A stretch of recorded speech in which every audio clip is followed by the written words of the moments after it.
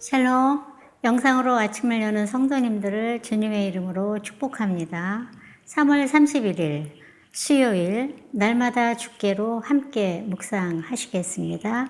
오늘 본문은 요한복음 18장 1절에서 14절 말씀입니다.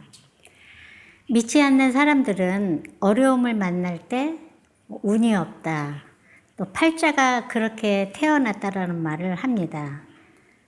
하나님의 자녀로서 그런 말을 사용하는 것은 성도로서 자존심을 짓밟는 일입니다. 우리가 당하는 고난은 운이 없고 팔자가 그래서가 아닌 하나님께서 우리를 향한 선하신 목적이 있기에 주신다는 것을 꼭 믿어야 합니다. 예수님께서 십자가라는 고난의 길을 가셨던 것은 운이 없어서 피하지 못해서가 아닙니다.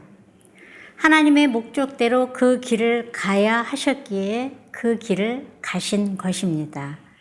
오늘 이 시간을 통해 우리에게 닥치는 고난에 대해 성도로서 어떤 마음을 가지고 이겨내야 하는지를 함께 살펴보도록 하겠습니다. 창세기 3장을 보면 에덴 동산에서 아담과 하와로 인한 죄의 시작이 나옵니다.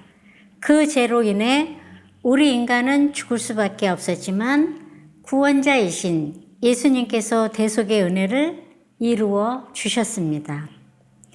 그 구원 사역에 순종하시기 위해 오늘 한 곳으로 들어가십니다. 내용 관찰 1번을 살펴보겠습니다. 예수님께서 제자들과 함께 가신 곳을 가룟 유다가 잘 알고 있는 이유가 무엇입니까? 라는 질문입니다. 요한복음 18장 1절의 말씀입니다.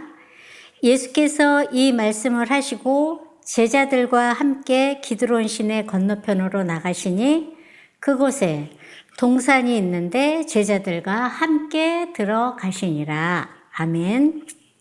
겟세마네 동산은 어떤 사건이 있을 때마다 예수님과 제자들이 의례적으로 모이는 장소입니다. 이곳은 기도하기 좋은 장소이며 가르치기 좋은 장소입니다.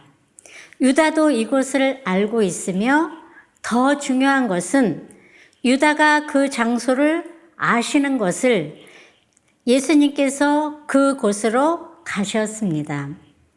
가룟 유다와 로마의 병정들이 예수님을 잡으러 왔을 때는 예수님은 그 겟세마네 동산에서 영적인 기도를 하고 계셨습니다.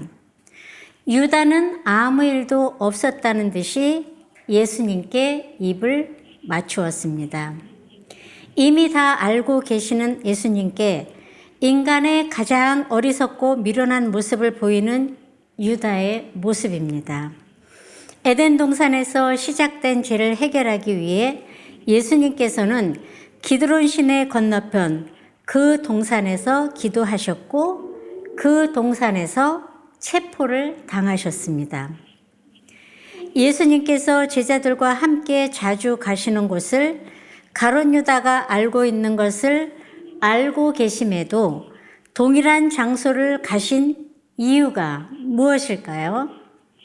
이미 예수님께서 그 동산으로 들어가실 때의 마음이 어떤 일이 닥칠지 다 알고 계셨지만 주저하지 않으시고 담대히 가셨습니다.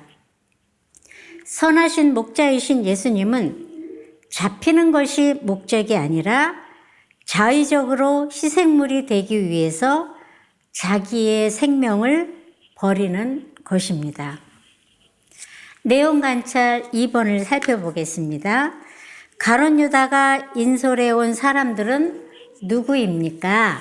라는 질문입니다. 로마 군대 보병들이 대장의 지휘를 받으며 대제사장이 보낸 사람과 함께 유다의 안내를 받으며 예수님께서 계시던 곳에 왔습니다. 그들은 등불, 횃불, 무기를 들고 예수님을 동산에서 만났습니다. 유다가 군대와 대제사장들과 바리새인들에게서 얻은 사람들을 데리고 예수님을 잡으러 왔을 때 예수님은 요한복음 18장 5절 말씀에서 볼 수 있는 것처럼 내가 그니라 라고 하시면서 숨거나 피하지 않으십니다. 우리 예수님께서 이 땅에 오신 것은 인기가 아닌 고난의 종으로 오셨습니다. 메시아로서 인류의 죄와 사망으로부터 구원하시기 위해 오셨기 때문에 눈앞에 있는 고난을 담대히 받으셨습니다. 하나님으로부터 주어지는 고난의 잔을 피하고 싶으셨지만 자신이 담당해야 할 것을 알았기에 피하지 않으셨습니다. 내용 관찰 3번을 살펴보겠습니다. 베드로의 혈기로 칼에 베임을 당한 사람은 누구입니까? 라는 질문입니다. 요한복음 18장 10절에 보면 대제사장의 종, 즉 말고라는 종입니다. 제자들이 여기 감람나무 숲에서 휴대하고 있는 무기는 2개의 검일 것입니다. 그 중에 하나는 베드로가 가졌음이 분명합니다. 나중에 한번 읽어보세요. 요한복음 13장 9절 또는 13절에 나와 있습니다. 그중 성급한 베드로는 검을 빼어서 대제사장의 종에게 뛰어들어 그의 오른편 귀를 베었습니다. 이를 바라본 예수님은 그 제자를 날카롭게 책망하십니다. 이유는 예수님은 그 모진 십자가의 고초와 영원한 죽음의 잔을 자발적으로 바쳐야 하기 때문입니다.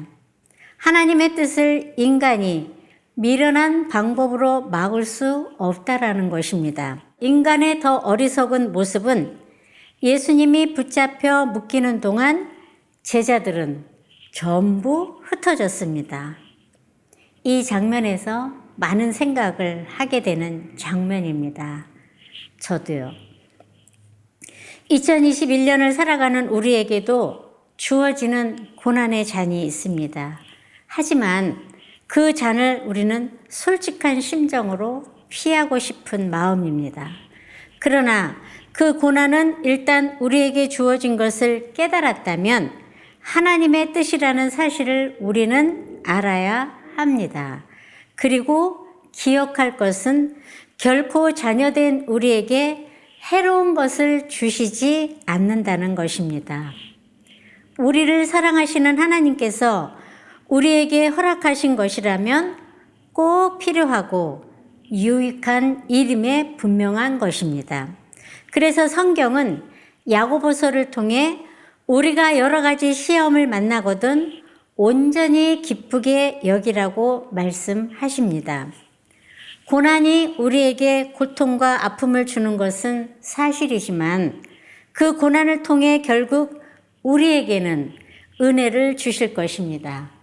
성급한 판단이나 인간의 생각으로 영적인 상황을 판단해서는 아니됨을 가르쳐 주고 계십니다.